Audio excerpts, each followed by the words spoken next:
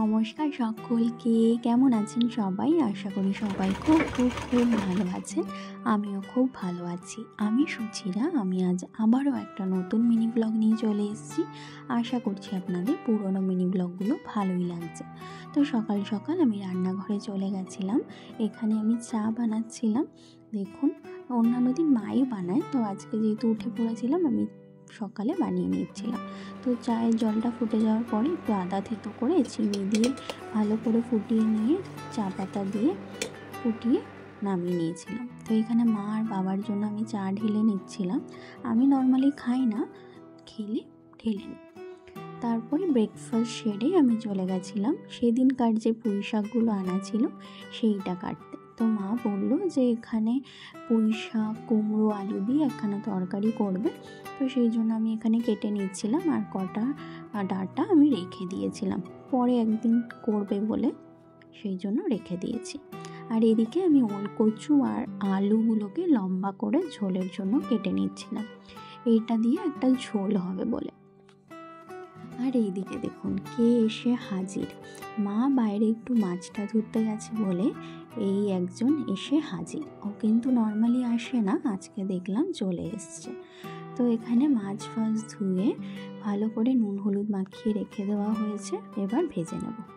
তারপরে গ্যাসটা জ্বালিয়ে একটু কড়াইয়ের মধ্যে জলের মধ্যে নুন দিয়ে গরম হওয়ার পরই ওই পুঁই শাকের ডাঁটাগুলো এর মধ্যে দিয়ে দেবো। তারপর এটাকে ঢাকনা চাপা দিয়ে কিছুক্ষণ ফুটতে দেব যাতে ডাঁটাগুলো একটু নরম হয়ে আসে। এখানে দেখুন ভালো করে ফুটে এসছে। তো এবার এটাকে একটা বাটির মধ্যে জল ঝরিয়ে নিয়ে নেব।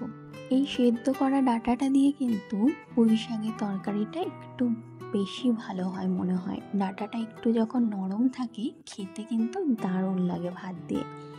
আর এদিকে দেখুন ভাতটা বসিয়ে দিয়েছে, ভাতটা হচ্ছে এদিকে। আর এখানে কিন্তু মাছ ভাজা হয়ে গেছে। এগুলো কি মাছ বলুন তো? ইলিশ মাছ। আর এর মধ্যে একটা কাঁটা পোনা মাছ রয়েছে। তো ইলিশ মাছের একটা রেসিপি হবে। তো আমি তো দুপুরের জন্য ওয়েট করছি কখন খাবো। আর এখানটায় পুঁই শাকের তরকারিটা হচ্ছে, তো এটা হোক। আর এখানে ইলিশ মাছের প্রিপারেশনের জন্য কিন্তু সর্ষেটা বেটে নিয়েছে মা। আমি খালি ওয়েট করছি কখন তরকারিগুলো হবে। তো কাটা বোনা মাছটা দিয়ে কিন্তু এই ভেন্ডি আলুর একটা ঝোল হবে। আর এদিকে কিন্তু বলতে বলতে সর্ষে ইলিশ আমাদের রেডি। আমার তো দেখেই জিভে জল চলে এসেছিলো। আর এদিকে কাটা পোনা মাছ দিয়ে ভেন্ডি আলুর তরকারিটাও হয়ে গেছে।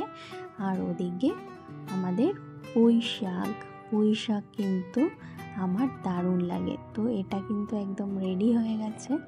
তো আমি খালি দুপুরে খাওয়ার অপেক্ষা করছি। তারপরে তাড়াতাড়ি স্নান টান করে দুপুরে খাওয়া দাওয়া কিন্তু সেরে নিয়েছি। তারপর এখানে আমি বসে গেছিলাম সেলাই করতে।